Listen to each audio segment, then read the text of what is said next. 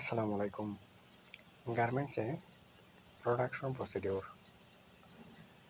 কথা বলে চলুন শুরু করা যাক। সাথে আছে আমি মোহাম্মদ সবুজ ইসলাম।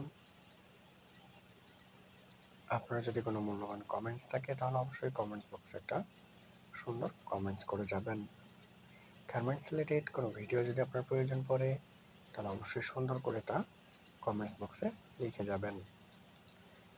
যারা অনেকদিন যাবৎ গার্মেন্টস সেক্টরে জব করেন অথবা যারা সিনিয়র কোনো পোস্টে ইন্টারভিউ দিতে যান তাদের প্রত্যেকের এই প্রশ্নের উত্তর জানা খুবই দরকার। প্রোডাকশন ফলো অ্যাডিস বলতে একটি নতুন অর্ডার বা স্টাইল শুরু থেকে মানে ফাইল ওপেন থেকে ফাইল ক্লোজ পর্যন্ত যাবতীয় স্টেপকে বোঝায়।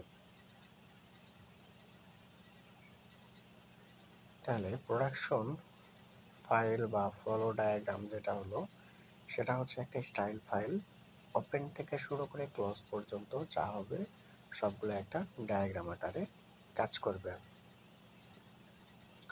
এর প্রথম ধাপ হচ্ছে বায়ারের কাছ থেকে ট্যাগপ্যাক রিসিভ করা।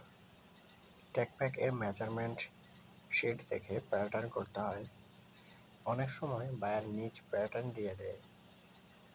দ্বিতীয় স্টেপ হলো ট্যাগপ্যাক দেখে অনুরূপ স্যাম্পল বানানো, যেটাকে ডেভেলপমেন্ট স্যাম্পল বলে।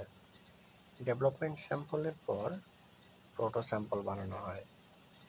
উপযুক্ত স্যাম্পলগুলো সাধারণত অ্যাভেলেবেল ফেব্রিক দিয়ে বানানো হয়, কিন্তু এরপর অ্যাকচুয়াল ফেব্রিক মানে অর্ডার কটন ফেব্রিক এর হলে কটন ফেব্রিক দিয়ে ফিট স্যাম্পল বানানো হয়।